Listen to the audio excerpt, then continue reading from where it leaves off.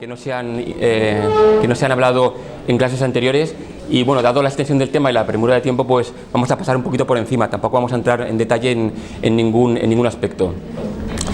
No voy a hablar del Doppler convencional, no voy a hablar del Doppler, algunos tipos de Doppler más modernos que han salido, que son un poco a nivel de investigación, como el Doppler tisular, que lo que detecta es el movimiento de los tejidos, y que pese a que presenta una correlación con el Doppler normal, con el Doppler convencional, y que también se ha visto que incluso puede que sea incluso más sensible a la hora de detectar los cambios, pues es objeto más bien de investigación y no vamos a hablar ahora. Y tampoco vamos a hablar del speckle tracking, o un sistema que puede medir la deformación de las partículas, y que tiene relación también con la función cardíaca, porque son temas un poquito más de investigación.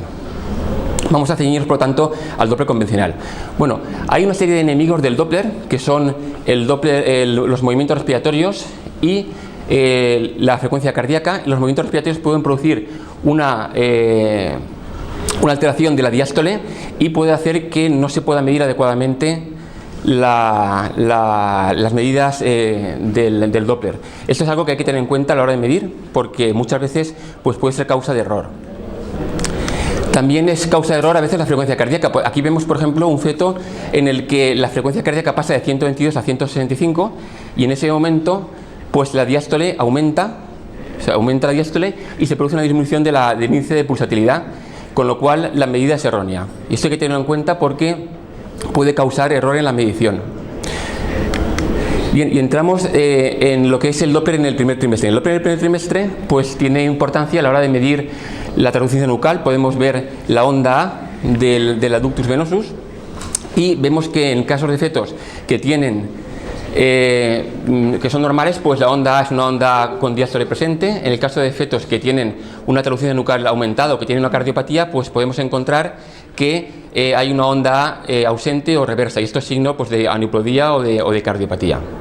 Menos conocido, pero también lo conocéis, es el hecho de la detección de la regurgitación tricuspidia de más de 60-80 centímetros por segundo, que es sinónimo o que puede indicar que puede haber una cardiopatía también o un aumento de posibilidades de aneuploidía. Aquí vemos un Doppler normal en el que la regurgitación no llega a 60-80 centímetros por segundo, y un Doppler en el que hay una regurgitación holosistólica de más de esta cifra, y que es señal de que puede haber una cardiopatía o que puede haber una aneuploidía, o las dos cosas al mismo tiempo. Menos conocido es, bueno, cuando el tema de la insuficiencia, o sea, de la regurgitación tricuspidia, habla del corazón derecho. Entonces intentó buscar en el corazón izquierdo algún marcador también que nos dijera que puede haber un aumento de riesgo de síndrome de Down. Pues se encontró que había una escotadura entre las ondas A y E, y se intentó esto correlacionarlo con la presencia de cardiopatías o de aneuploidía. No se ha popularizado mucho porque se ha visto que después pues, no se correlaciona tanto con estas patologías, pero fue un intento de hallar un marcador de aneuploidía en el corazón izquierdo. Sí que se investigó un poquito más el tema del incremento de la hematopoiesis hepática en fetos con trisomía 21, porque el aumento de la hematopoiesis hepática hacía que hubiera un aumento de la velocidad picosistólica en la arteria hepática y una disminución del índice de pulsatilidad en la arteria hepática. Y entonces, realizando el cociente entre el índice de pulsatilidad y la velocidad picosistólica, se vio que había una capacidad de discriminación importante para fetos con síndrome de Down. Lo que pasa es que el problema de estos trabajos de investigación es que a nivel de investigación pues sí que son muy efectivos, pero a nivel práctico pues medir y encontrar la arteria hepática en el feto de 12 semanas pues es muy complicado y requiere mucha habilidad, y al final pues son métodos que no se han popularizado. A partir ya de la semana 12, en la misma semana 12 y en la semana 16 y en la semana 20, pues evidentemente el Doppler ya empieza a tener menos utilidad. Pero la utilidad que tiene sobre todo es de ayuda al diagnóstico morfológico, sobre todo en cardiopatías. Muchas veces simplemente cuando vemos un feto y ponemos el Doppler color y vemos que hay un flujo atrioventricular normal, pues vemos que ese feto es normal. Igual con el corte de tres vasos tráquea. Cuando vemos que hay simplemente un flujo de regurgitación, como en este caso de enfermedad de Epstein, pues ya simplemente el Doppler, la aplicación del Doppler nos indica que hay una patología. Igual que, por ejemplo, que el signo I en una tetralogía de Fallot. Con lo cual, el Doppler simplemente color ya nos está ayudando al diagnóstico morfológico y es una ayuda pues, inestimable tanto en fetos de semana 20 como en fetos más pequeños, en los cuales muchas veces el corazón no lo vemos bien, y aplicando el Doppler color o el Power color ya vemos imágenes que nos ayudan al diagnóstico. Otro caso, por ejemplo, de un feto con un corte de 3 vasos tráqueas normal, en el que se ve la V normal, y otro feto en el que simplemente pues, aplicando el Power color vemos una imagen de 3 vasos tráqueas normal que nos sugiere un arco aórtico derecho, en el que hay un anillo vascular. Y eso simplemente, a veces con el corte normal sin color no lo vemos, y con el corte en el que aplicamos un Power color, un Doppler color, pues ya las imágenes son muy espectaculares y nos ayuda mucho al diagnóstico. Otra aplicación que te ayuda al diagnóstico es en el caso de los picos de velocidad y de los flujos de velocidad en los tractos de salida. Ahora lo comentaremos, pero también... Pero me he pasado un poco para atrás, espera. Un segundo. Esto sí.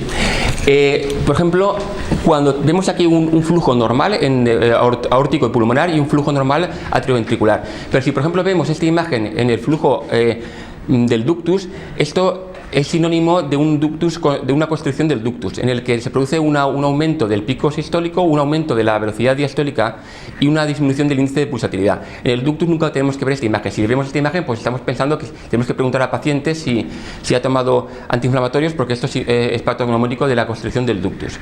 O, por ejemplo, un flujo de regurgitación tricuspidia, también, que no sería normal ver esto en un flujo atrioventricular. O sea que el Doppler, lo que os quiero decir es que el Doppler nos ayuda en el diagnóstico. No es fundamental, pero en estos casos pues son imágenes que son patognomónicas de patologías. Pero el Doppler, creo que está muy sensible esto. A ver, el Doppler umbilical y el Doppler de la arteria cerebral media tiene utilidad en el primer trimestre y segundo trimestre. Pues realmente no tiene utilidad, ni el Doppler umbilical ni el Doppler de cerebral media tiene utilidad. Lo que sí que tiene utilidad es el Doppler de las arterias uterinas. El Doppler de la umbilical y la cerebral media tendrá utilidad en el tercer trimestre, y sobre todo el de la cerebral media al final del tercer trimestre. Pero en el primer trimestre y segundo trimestre es el Doppler de uterinas el que tiene utilidad. ¿Y por qué tiene utilidad?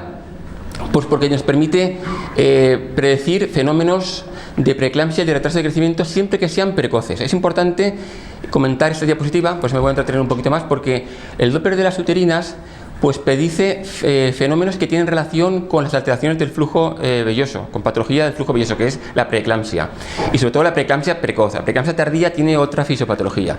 Al igual que el retraso de crecimiento precoz sí que lo predice, pero el retraso de crecimiento tardío no tanto, porque tiene otra fisiopatología.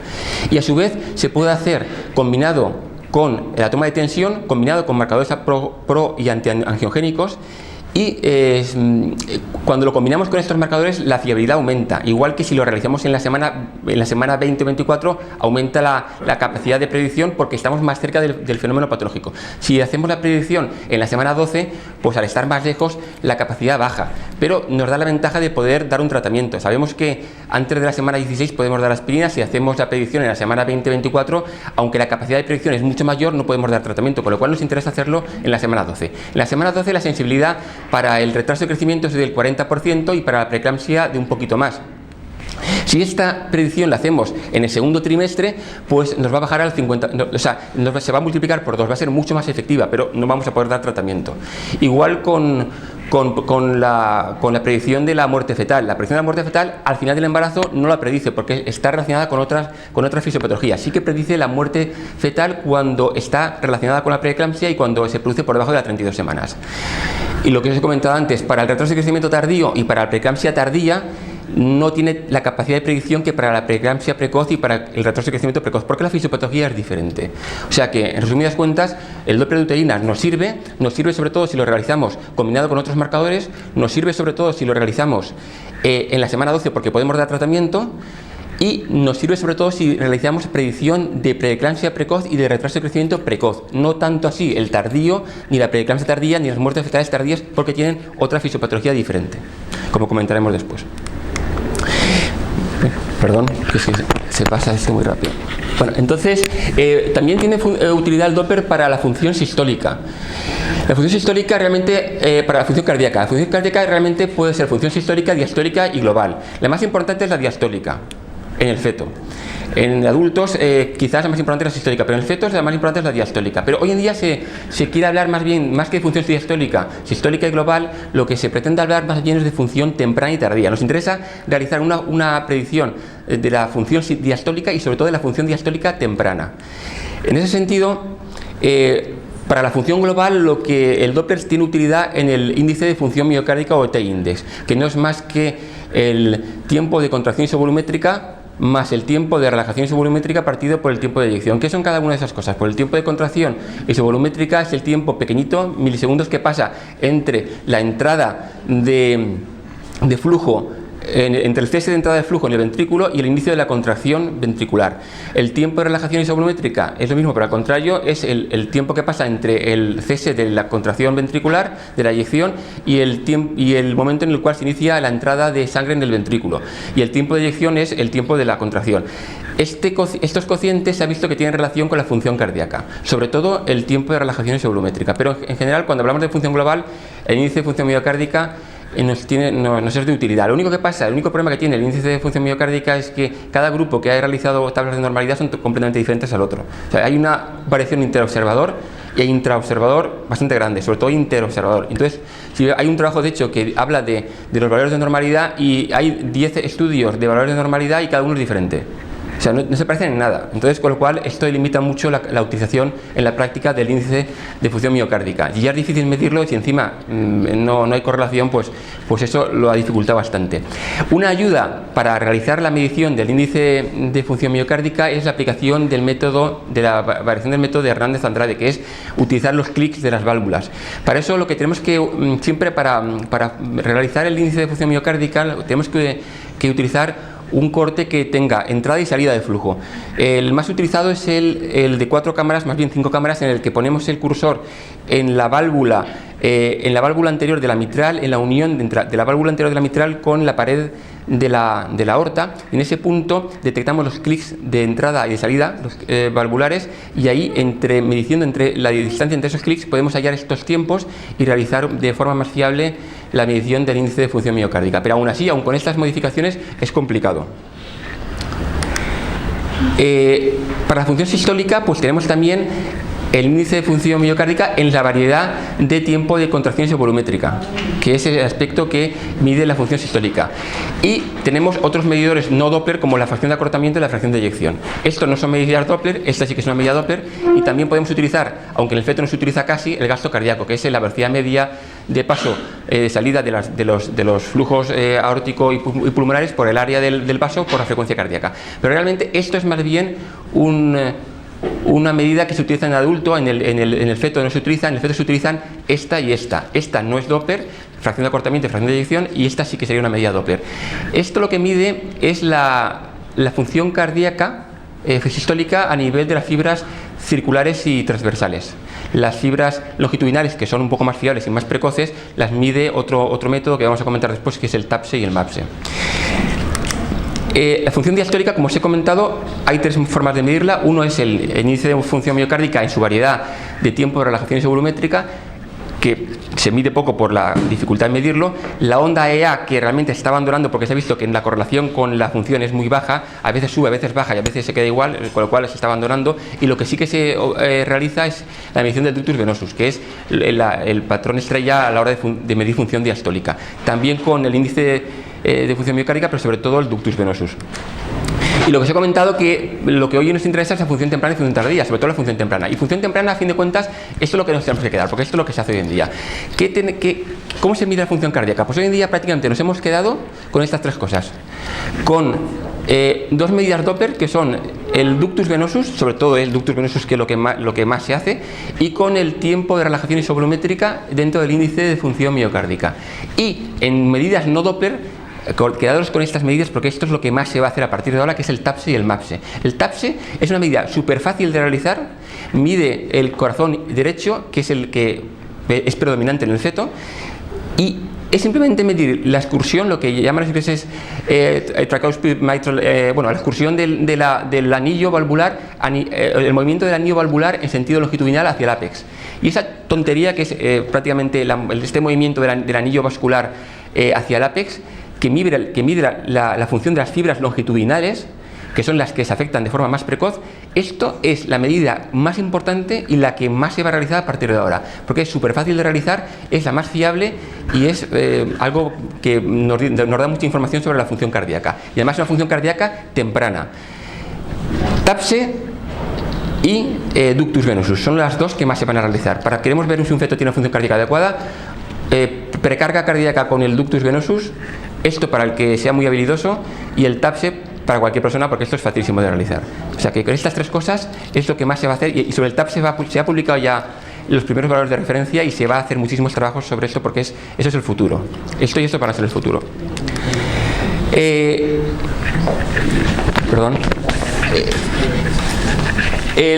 Otra imagen del índice de función miocárdica, cómo se mide, y el ductus venosus con su valor de normalidad. Otra cosa que es importante a nivel del Doppler y que no se ha comentado nunca, lo quería comentar, es la medición del intervalo VA-V en el caso de arritmias cardíacas. Para diagnosticar una arritmia cardíaca no nos hace falta el Doppler tanto, porque con el modo M podemos diagnosticarlo, pero lo que sí que es importante, una vez hemos diagnosticado una arritmia cardíaca, una taquicardia supraventricular o en fin, lo que fuera, es antes de dar un tratamiento, porque la gente dice, bueno, pues digoxina y se acabó, o flecainida, o sotalol, o amiodarona. No, vamos a ver, primero lo más importante es ver el intervalo AV-VA. ¿Por qué? El intervalo VA no es más que la distancia entre la contracción, el inicio de la contracción ventricular y la contracción auricular, y la AV lo contrario. Esto equivale al intervalo RP o PR en los electrocardiogramas, y se ha visto que cuando el intervalo VA-AV es menor de 1, la capacidad de respuesta al tratamiento es súper grandísima, es decir, que podemos dar digoxina sin que posiblemente va a responder, mientras que cuando el intervalo VA-AV es mayor de 1, la respuesta a la digoxina es muy baja y posiblemente hay que iniciar el tratamiento con sotalol o con flecainida. ¿De acuerdo? O sea que eso es paso previo para el tratamiento. Habría que medir ese intervalo, y por supuesto hay que hacerlo en el corte de 5 cámaras, en el mismo punto donde se realiza el índice de función miocárdica, en la unión entre la valva mitral y la pared de la aorta, y en ese punto vamos a detectar los clics y podemos medir el inicio de la contracción auricular, el inicio de la contracción ventricular con esos clics y medirlo. Aunque inicialmente puede parecer que esto siempre va a ser menor, uno siempre piensa que esto es así, pero hay muchos tipos de arritmia, y la verdad es que las clasificaciones actuales de arritmia se clasifican en función del intervalo VA-V. Si veis muchos libros y muchos estudios de arritmias fetales, veréis que hoy en día se clasifican arritmias VA-V más de 1 y arritmias VA-AV más de 1, y ya en función de esto se clasifican y se dicen, pues estas, aquellas, tratamiento, porque es una función, es una clasificación muy práctica de cara al tratamiento. Como hay que medirlo en una zona donde haya entrada y salida, la segunda zona donde se puede medir es a nivel de la salida de la aorta, y en un corte en el cual se ve la vena cava superior y la aorta, y en ese punto se puede medir también el intervalo AV-VA. Y el último punto es a nivel de las venas y arterias pulmonares, ahí también se puede medir. Son los 3 puntos donde actualmente se ha publicado que se pueden medir esos intervalos. Otra utilidad del Doppler en cardiología, os estoy comentando cosas que no se han comentado antes, aunque no son tampoco demasiado interesantes, pero bueno, son aplicaciones que se han realizado del Doppler en cardiología, es la medición del origen del extrasístole. El extrasístole puede ser auricular. Uno dice, bueno, oiga, tiene usted un extrasístole, no pasa nada, no tiene importancia. No es tan fácil. Hay que ver si el extrasístole es de origen atrial o ventricular, porque los atriales son la mayoría, pero cuando es de origen ventricular tiene un poquito de peor pronóstico, y entonces sería interesante ver si es de origen atrial y ventricular. ¿Cómo lo hacemos? Pues tenemos que medir la vena hepática, y la vena hepática tiene una onda, que es la onda SD, como cualquier vena, como el ductus, y cuando el extrasístole es atrial, lo que se produce es un borramiento de la onda D, y cuando el extrasístole es de origen ventricular, lo que existe es que se ve en la onda D, la onda S perfectamente, y existe una potenciación de la onda A, que se convierte en una onda cañón. Entonces, cuando vemos esto en una vena hepática, podemos diferenciar si es de origen atrial o ventricular. La mayoría son de origen atrial, pero cuando es de origen ventricular requiere un seguimiento cardiológico posterior. O sea que esto hay que afinar un poquito más el diagnóstico. Por supuesto, el Doppler tiene mucha importancia a nivel de la valoración de la circulación hiperdinámica en casos de anemia. ¿De anemia cuándo? Pues anemia cuando hay una isoinmunización RH, cuando hay una infección por parvovirus B19, cuando hay una talasemia homocigótica y alfa, no la beta ni la heterocigótica, tiene que ser homocigótica y alfa, enfermedad de Barts, que se produce en el sudeste asiático, o sea que prácticamente en europeos no lo vamos a ver, salvo que sea una persona de Pakistán o de Indonesia o de esto, que es donde más se han publicado todos los trabajos. En el caso de SUNS, como puede ser un teratoma sacrococcigio, en el caso de síndrome de transfusión feto-fetal o en el caso de secuencia en fetos gemelares de anemia policitemia, y también, como en este ejemplo, en caso de hemorragia feto-materna, un caso que tuvimos en el cual había un feto que tenía un patrón sinusoidal en el monitor y vimos que había un pico de velocidad sistólica tanto en la arteria cerebral media como en la vertebral, en las dos había, y vimos que en la cerebral media había un 2 múltiplo de la mediana y en la vertebral 2,3, lógico porque ambos son flujos cerebrales, y esto se correspondió posteriormente con una hemoglobina al nacimiento de 2 gramos por decilitro, o sea que había una hemorragia feto-materna porque además el test de Klinghauer fue positivo, por supuesto, o sea que podemos ver que aquí primer inicio un poco de que tanto la vertebral como la cerebral media son flujos cerebrales, 30% del flujo, 70% del flujo, ambos responden a cualquier fenómeno que afecte al cerebro. Efectivamente, y como se ha comentado otras veces, no quería yo incidir mucho, pero te voy a comentar también que para el retraso de crecimiento el Doppler tiene mucha importancia. Evidentemente tenemos una evolución de la progresión que ya fue descrita por muchos autores en muchísimos trabajos, por ejemplo Bachat, que es el más conocido, en el que existe un aumento de la resistencia umbilical, una disminución de la diástole umbilical y posteriormente una inversión del flujo umbilical, flujo diastólico reverso.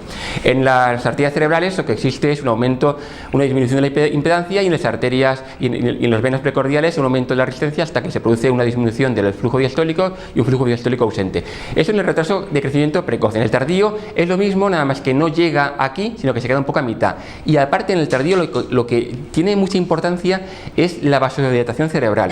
En el tardío se puede producir esta secuencia de aumento de las resistencias umbilicales y posteriormente un brain sparing, pero característicamente del tardío es que puede haber un brain sparing de entrada sin que haya nada más. Y esto es lo que va a caracterizar el retraso de crecimiento tardío, la vasodilatación cerebral como fenómeno independiente, patognomónico e inicial, y aquí ahora lo comentamos. Bueno, ese es un esquema mío en el que lo mismo, igual, hay un aumento del Doppler umbilical, de las resistencias umbilicales, que llega a producir una disminución de un aumento de resistencia con flujo diastólico ausente y flujo reverso.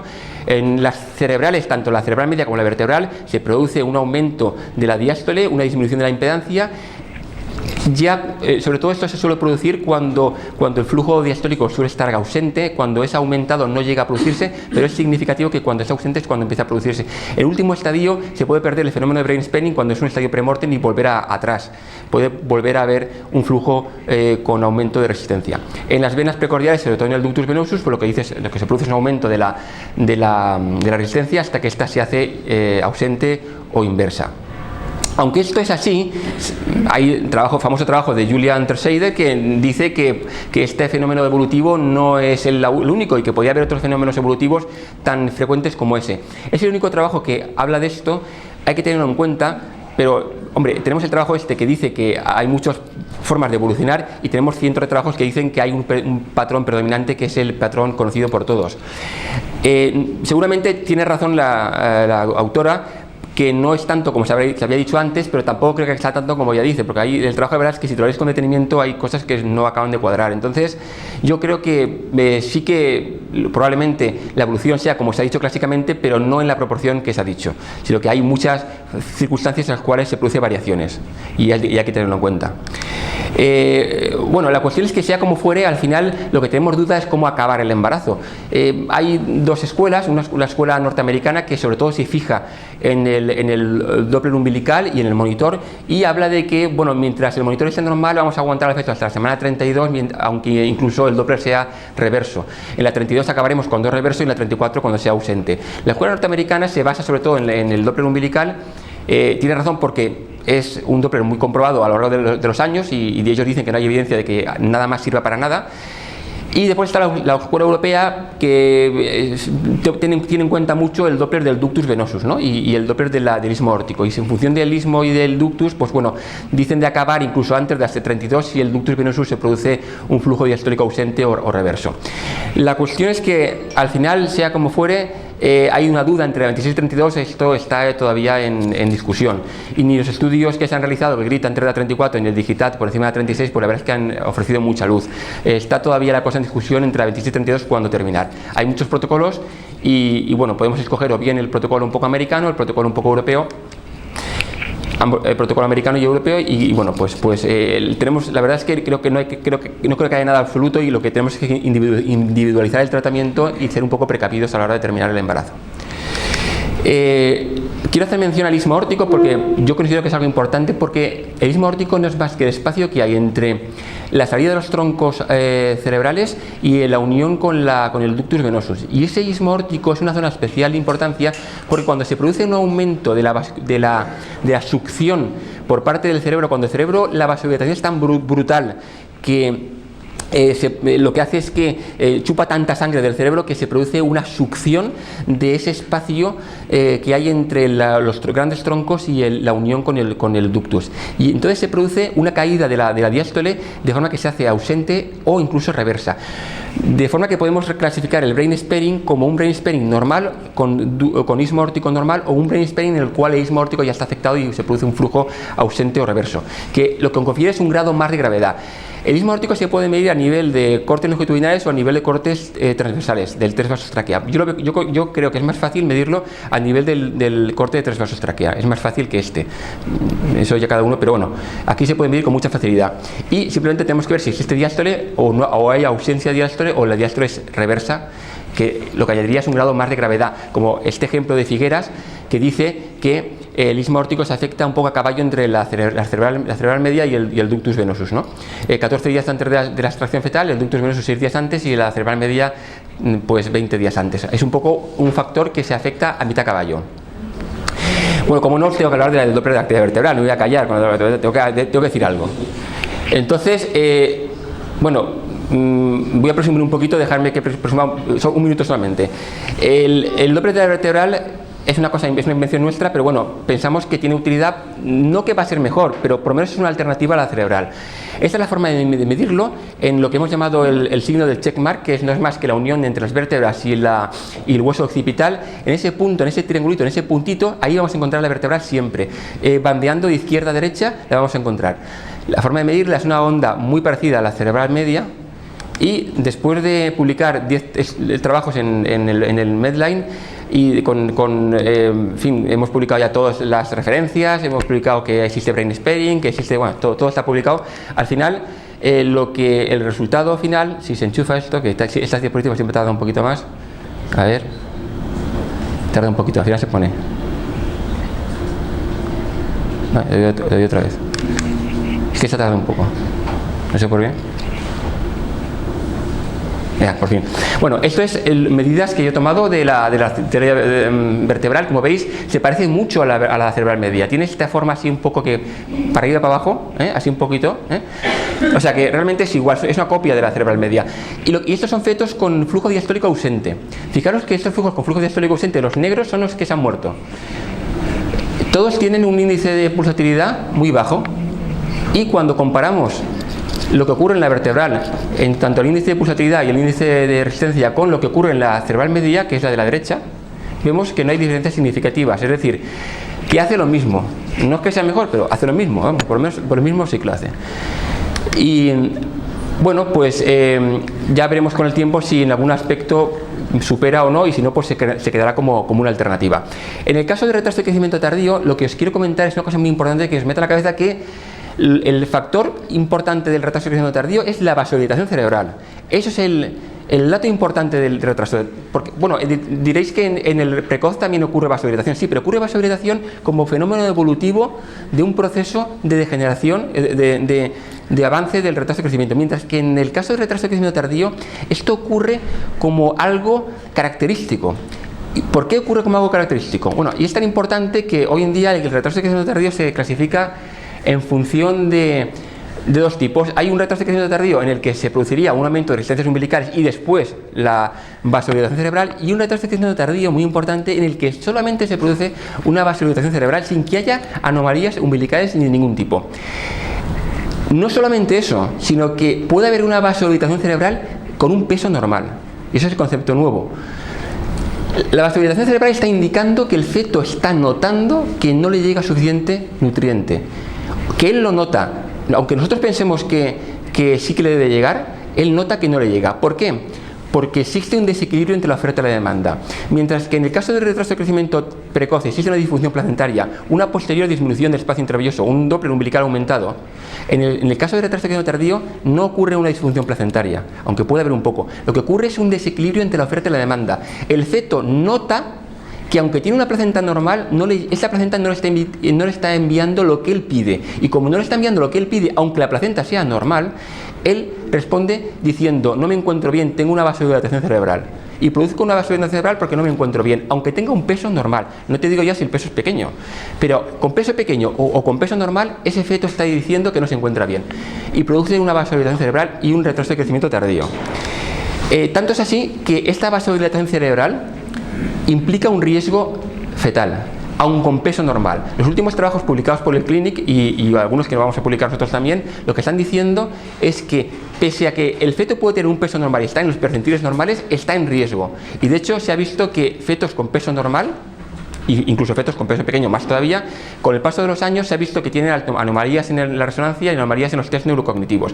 Incluso fetos con peso normal. ¿Por qué? Pues porque hablamos de peso normal para los percentiles que nosotros consideramos como normales, pero es que a lo mejor ese feto, sus percentiles no son esos, son otros mayores. Con lo cual, aquí habría que hablar de crecimiento individualizado. Pero es que ni siquiera el crecimiento individualizado se ha visto que tiene éxito, con lo cual hace falta hablar de fallo en alcanzar el potencial genético. Aquí hay un trabajo que vamos a publicar, que está aceptado y que se va a publicar el mes que viene, en el que con el grupo de Londres hemos hecho un trabajo en el que hablamos precisamente del tema este. Y entonces es importante comentar lo siguiente. ¿En qué se basa toda esta historia del fallo en alcanzar el potencial genético? Bueno, pues vemos que fetos que tienen un percentil de crecimiento normal, que están entre el percentil 10 y el 90, que teóricamente serían fetos que no tendrían ningún problema, también tienen alteraciones en el Doppler. Es decir, hay una caída en el Doppler cerebroplacentario en fetos normales. ¿Por qué? Pues porque realmente los fetos estos que se han clasificado toda la vida como normales no son normales. Muchos no son normales. Muchos tienen fallos en alcanzar el potencial genético. Son normales algunos y otros tienen fallos en alcanzar el potencial genético. Lo que explica que muchas veces haya muertes fetales a final del embarazo o que haya fetos que pensamos que son normales y llega el parto y hacen cosas raras, tienen monitores anormales. O fetos que pensamos que son anormales porque son con un percentil pequeño y sin embargo en el parto lo hacen de puta madre. O sea, no tienen ningún problema. Y dice, ¿cómo es posible que este feto que pesa 2,4 kg haya ido tan bien y este feto que ha pesado 3,500 vaya tan mal? Pues porque realmente lo que hay es un fallo en alcanzar su potencial genético. ¿Cómo podemos hallar el potencial genético? Bueno, pues como nosotros pensamos que el grupo de fetos con percentil más del 90 sería donde la proporción de fetos en alcanzar el fallo del potencial genético sería la más pequeña, hemos establecido el percentil 5 de ese grupo como límite de normalidad. Y esto corresponde a 0,65 múltiplos de la mediana del índice cerebroplacentario. Estos 0,67 múltiplos de la mediana vamos a considerar como el límite de normalidad para fallo en alcanzar el potencial genético, como fenómeno hemodinámico. Y vemos, cuando estudiamos la población, vemos que efectivamente en población normal hay un 3% entre los percentiles 25 y 50 que tienen fallo en alcanzar el potencial genético y un 7% entre el percentil 10 y 25 que tienen fallo en alcanzar el potencial genético. O sea que hay una serie de fetos que consideramos como normales hasta la fecha que realmente no son normales. Son fetos que tienen riesgo. Esto lo podemos expresar en una forma muy gráfica en el que expresamos dos modelos de diagnóstico. Y aquí está el kit de la cuestión. Aquí hay dos modelos y aquí hay lo que es el futuro o no, o el fracaso, y lo que es lo clásico. Clásicamente se ha clasificado el retraso de crecimiento como estos fetos que tienen un percentil por debajo del 10. Si queréis lo corremos un poco a la izquierda y ponemos el 5 o el 3, lo que queráis. Pero bueno, la cuestión es que la línea es una línea vertical que podemos ir corriendo de izquierda a derecha y podemos clasificar los fetos en retraso de crecimiento en función del percentil de crecimiento. Vale, este es el modelo clásico. El modelo clásico que, entre comillas, ha fracasado en muchos aspectos. Vamos a poner otro modelo a ver si fuera mejor. No lo sabemos. Este es el modelo clásico en el que el feto es un sujeto pasivo en el que medimos y simplemente, bueno, pues decimos que es pequeño y punto, ya está. Y ese es un modelo hemodinámico, un modelo activo en el cual al feto le preguntamos cómo se encuentra. ¿Y cómo le preguntamos cómo se encuentra? Le preguntamos con el Doppler cerebral, que es la única manera que tiene el feto de decirnos cómo se encuentra. Y vemos que hay muchos fetos que consideramos como normales que realmente tienen un Doppler anormal. Y fetos que consideramos como anormales clásicamente que realmente tienen un Doppler normal. Con lo cual son dos maneras de diagnosticar el retraso de crecimiento. Y para finalizar, Esto es un esquema de cómo vamos a estudiar estos dos grupos. Aquí está toda la distribución y aquí están los 4 grupos que podemos estudiar. Un grupo 1 en el cual el diagnóstico se ha hecho por los 2 métodos, son fetos que tienen retraso de crecimiento por el método clásico y retraso de crecimiento por el método hemodinámico, fetos en azul que no son ni por el método hemodinámico ni por el método clásico con retraso de crecimiento, y estadios puros intermedios. Bueno, pues hemos intentado a priori, queremos hacer 2 cosas. Primero queremos ver el outcome a corto plazo, y para eso vamos a ver el pH en el parto. Y queremos ver, por otra parte, el outcome a largo plazo, y queremos ver daños neurocognitivos a largo plazo mediante resonancia, mediante test neurocognitivos. Para que esto es muy caro, no lo vamos a hacer porque esto es carísimo y esto es un coñazo de hacerlo. Entonces, al final lo que vamos a hacer es medir la proteína S100, que podemos sacarla del cordón umbilical y que es un medidor de daño cerebral. Esto lo estamos ahora haciendo, lo vamos a iniciar y vamos a comparar en estos 4 grupos cómo se comporta la proteína S100 y como marcador de daño neurológico a largo plazo. Pero a corto plazo hemos intentado ver el pH. ¿Qué pasa con el pH? Que el pH se distribuye de forma muy aleatoria en los 4 grupos. Es decir, que ni el modelo clásico ni el modelo hemodinámico sirven para nada. O sea, no son capaces de diagnosticarlo. Bueno, no tanto, porque sí que el grupo en el cual el grupo rojo, el grupo en el que el diagnóstico es por los 2 métodos, sí que vemos que hay un pH mucho más bajo comparado con el grupo en el que el diagnóstico no es ni por un método ni por otro, que es mucho más alto, con lo cual sí que hay una diferencia entre grupos. Lo que no nos sale tan bien por ahora, quizás porque tenemos muy pocos fetos, muy pocos pHs, es la comparación de qué modelo puro, hemodinámico o clásico es mejor. Por ahora las diferencias no son significativas, pero aquí hay 600 casos metidos. Ahora estamos esperando unos miles de casos que nos van a enviar de Londres, y cuando tengamos miles de casos veremos si realmente existe una diferencia significativa. Nuestra esperanza es que este modelo sea mejor que este. Si este modelo al final se confirma que es mejor para la predicción del pH. Otra cosa que decía el doctor Perales y que lleva razón es que aquí habría que quitar los partos puros, habría que poner solamente las cesáreas selectivas para que no contamine el fenómeno del parto. Eso requiere más casos. Lo hemos intentado hacer, pero en vez de 600 nos quedan 100, con lo cual aún es peor. Entonces, al final, esto es una cuestión de tiempo, lo conseguiremos. Yo creo que al final la esperanza es que este modelo sea mejor que este y que el retraso de crecimiento el día de mañana se realice mediante Doppler en vez de mediante percentiles de crecimiento.